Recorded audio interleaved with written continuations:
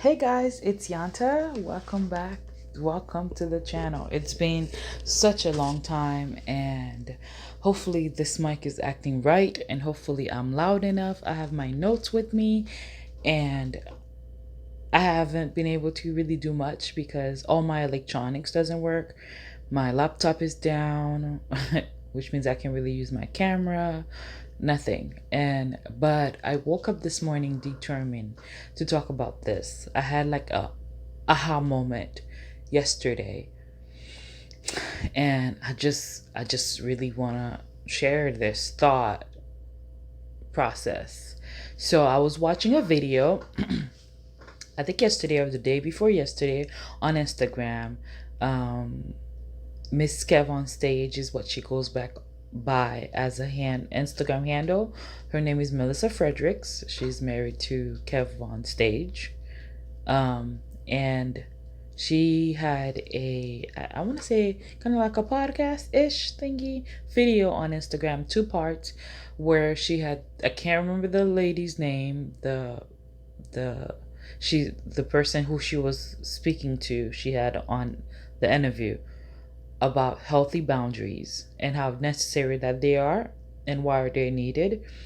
And the first part was cool. The second part was, for whatever reason, I remember watching it and thinking like, man, yeah, I agree with everything this lady has to say. Speaking of the therapist, and I feel strongly about this. Like, yes, that's what's supposed to be happening. Yo, I have this one log that's like super long. Anyways, and that's what's supposed to be happening. But then at the same time, I felt torn and a little guilty, like I wasn't always setting my boundaries. And why is there such a huge discrepancy between wasn't setting my boundaries and I feel strongly about these boundary setting, and then it clicked finally in my head that although I prefer to be, behind the scene, I've always been in leadership role, especially at church. And when in these positions, especially being young and a girl, being Haitian and Seven Adventist, um, I've had to stand up for truth. I've had to stand up for what I believe in. I've had to stand up and advocate for my department, for my kids, for my team, for myself. And I remember they were often received by rejection, by pushback, by talkback, that often made me eventually feel that I'm the problem. I will be received with things like, you're bossy, or you're asking for too much, or who does she think she is, or what was another one? I wrote things down so I wouldn't forget. Like controlling, you know, um, or it's you being manly, you need to lighten up. And it was like, I take my work seriously, and I'm very black and white in the sense of, if I'm doing something, I'm gonna give it my best. My love language is actually acts of service, so I take serving people or serving service very seriously because it's a representation of my love. So I could never understand, why does serving cause so much pain when all I'm trying to do is love you or do my job right? And why is everybody always saying that I'm mean when I'm advocating for my needs? And I didn't know that's what it was then, but then it was always like, if I say no, you're mean. If I can't give, you're mean. And it's like, but I give a lot. I serve a lot. I serve so much that you guys will call me Miss Goody Two Shoes, or people just assume that I'm just this church girl that has no other life, and maybe I think I'm too good or whatever. And it's like, no, it's like, I was raised in a family where if you're going to do something, you have to do it well. So naturally I approach my service with a mindset of excellence. Not because I think I'm all that, I was raised that way. So all I want to do is serve and do my job.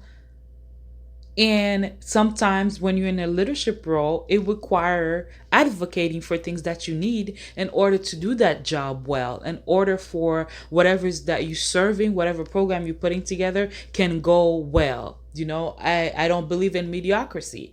So I never understood why they standing up for yourself, advocating for yourself, um, setting healthy boundaries, which I didn't know was always met with rejection.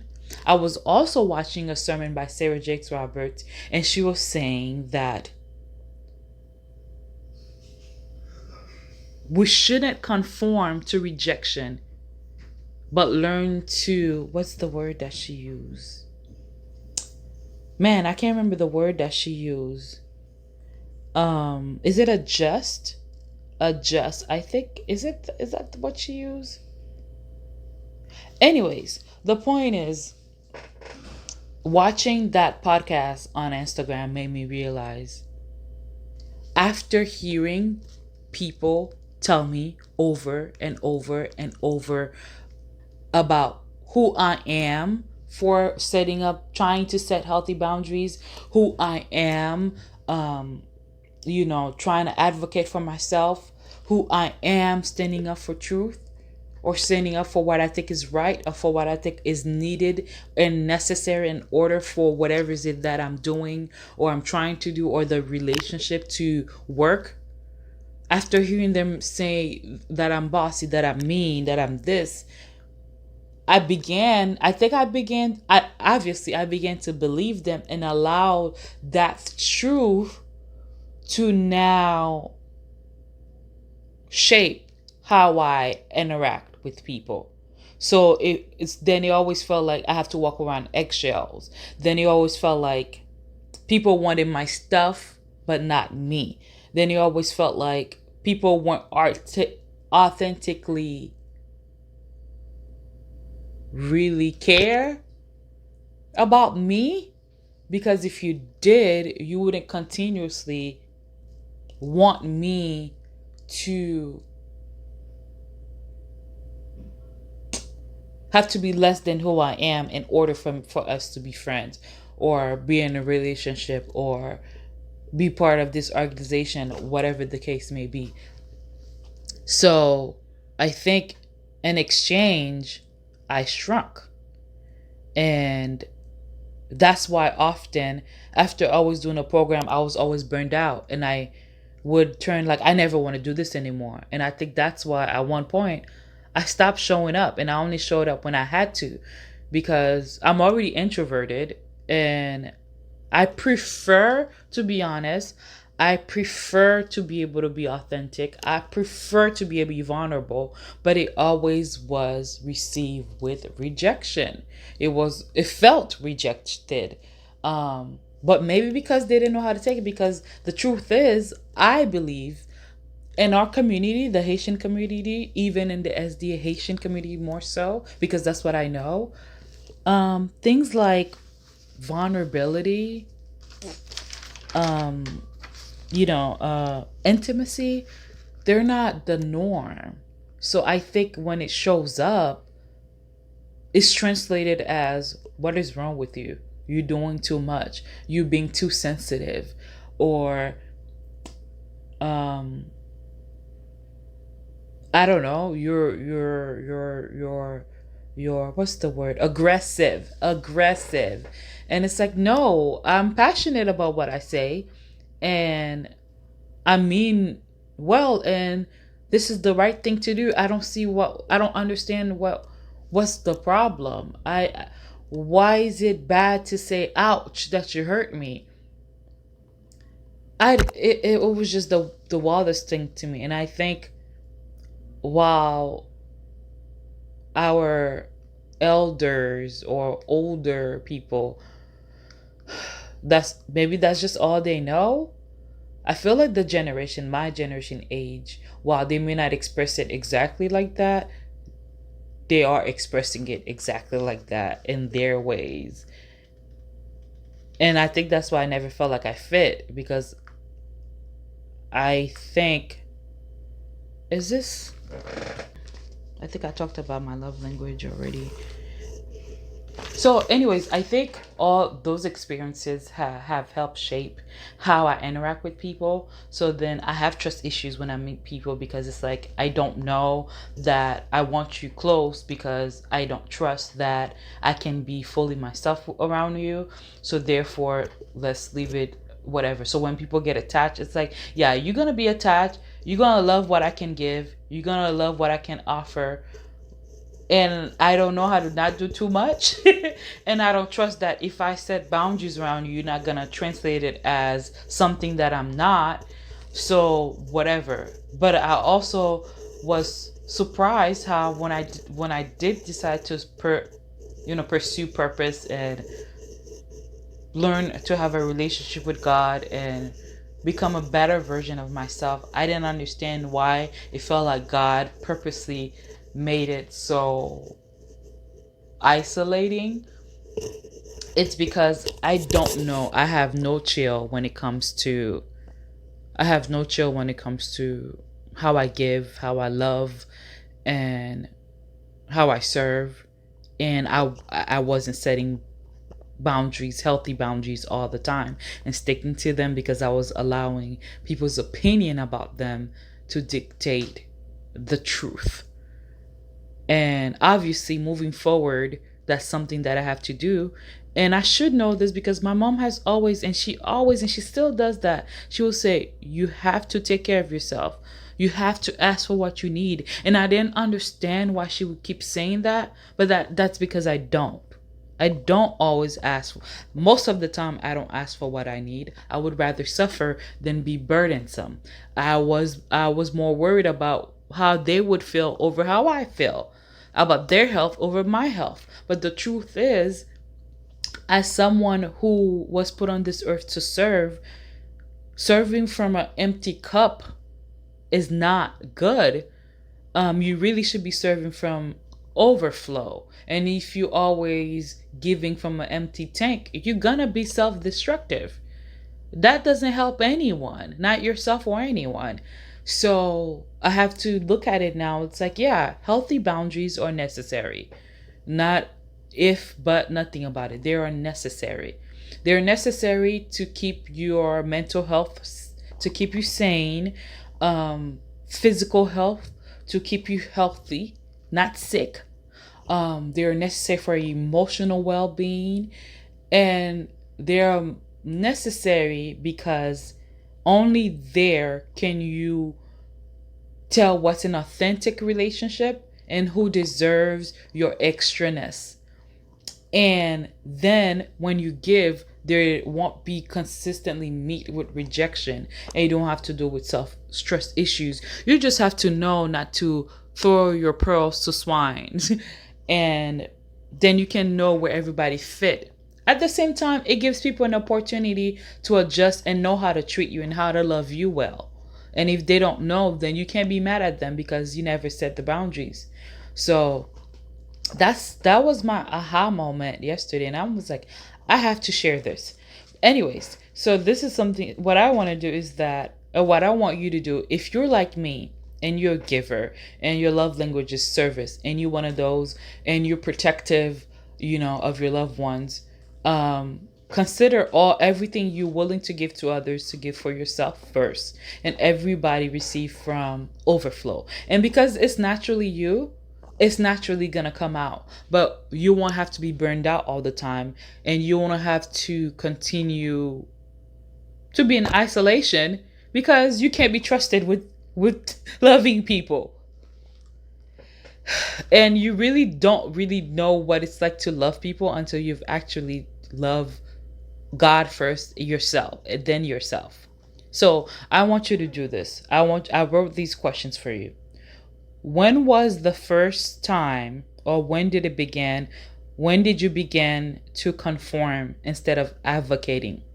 Meaning like conforming to everybody else's feelings, everybody else's idea versus what you know is right, or the what's good for you. What did it cost you? And what are you going to do about it? And when you start advocating for yourself, pay attention to how people respond, who they are.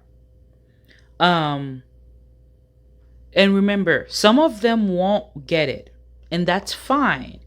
But let them watch you do you anyways. Maybe they need to see an example of what healthy advocating for yourself looks like. Some won't care. Let them watch. And do not care as well to let them go. Some will understand and they will stand with you, they will respect you, and those people are probably the people who are your community.